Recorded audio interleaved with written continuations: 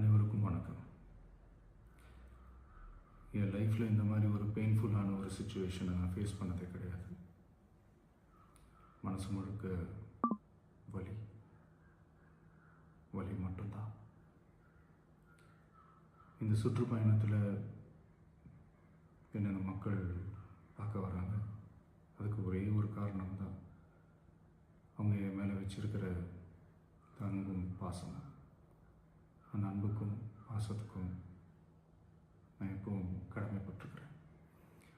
அதனால தான் இந்த சுற்றுப்பயணத்தில் மற்ற எல்லா விஷயங்களையும் தாண்டி மக்களுடைய சேஃப்டி, அதில் எந்த காம்ப்ரமைஸும் பண்ணிடக்கூடாதுன்றதுக்காக தான் அது என் மனசில் ரொம்ப ஆழமாக இருக்கும் அந்த எண்ணம்.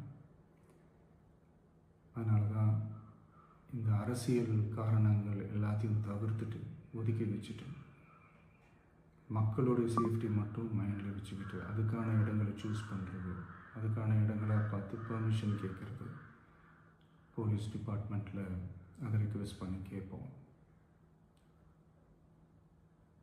ஆனால் நடக்கக்கூடாதது நடந்துருச்சு. ஆனால் மனுஷன் தானே, அந்த நேரத்தில் அத்தனை பேர் பாதிக்கப்பட்டு இருக்கும்போது எப்படி அந்த ஊரை விட்டுட்டு என்னால் கிளம்பி வர முடியும்?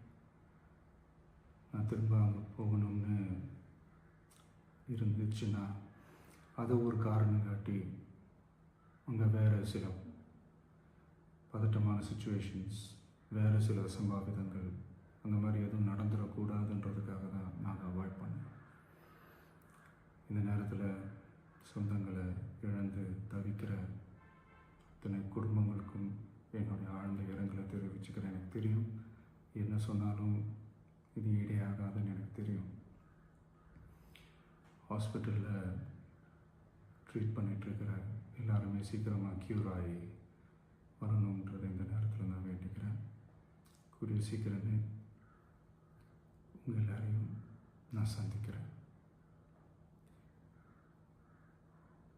இந்த நேரத்தில் எங்களுடைய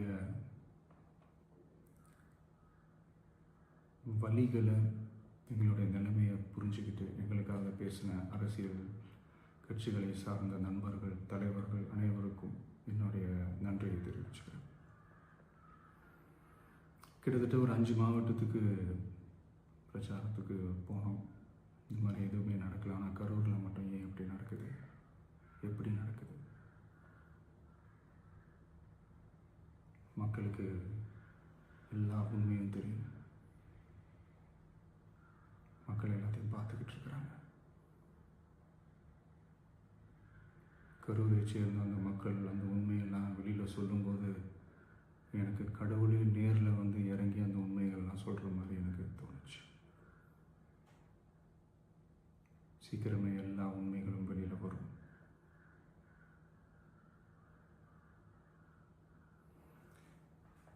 எங்களுக்கு தரப்பட்ட இடத்துல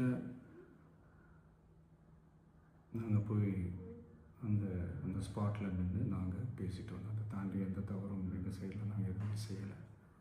பட் இருந்தாலும் எங்கள் கட்சியை சேர்ந்த நிர்வாகிகள், தோழர்கள் மேலே எஃப்ஐஆர், அது மட்டும் இல்லை சோஷியல் மீடியாவை சேர்ந்த நண்பர்கள், தோழர்கள் அவங்க மேலே எஃப்ஐஆர்லாம் போட்டு இப்போ பிடிச்சிக்கிட்டு இருக்கிறாங்க.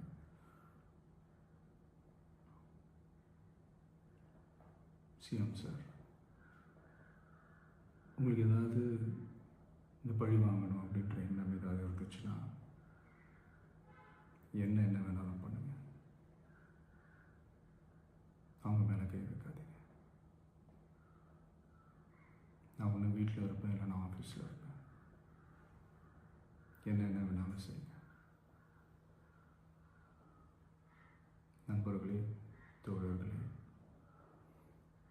நம்மளுடைய அரசியல் பயணம் இன்னும் ஸ்ட்ராங்காக, இன்னும் தைரியத்தோட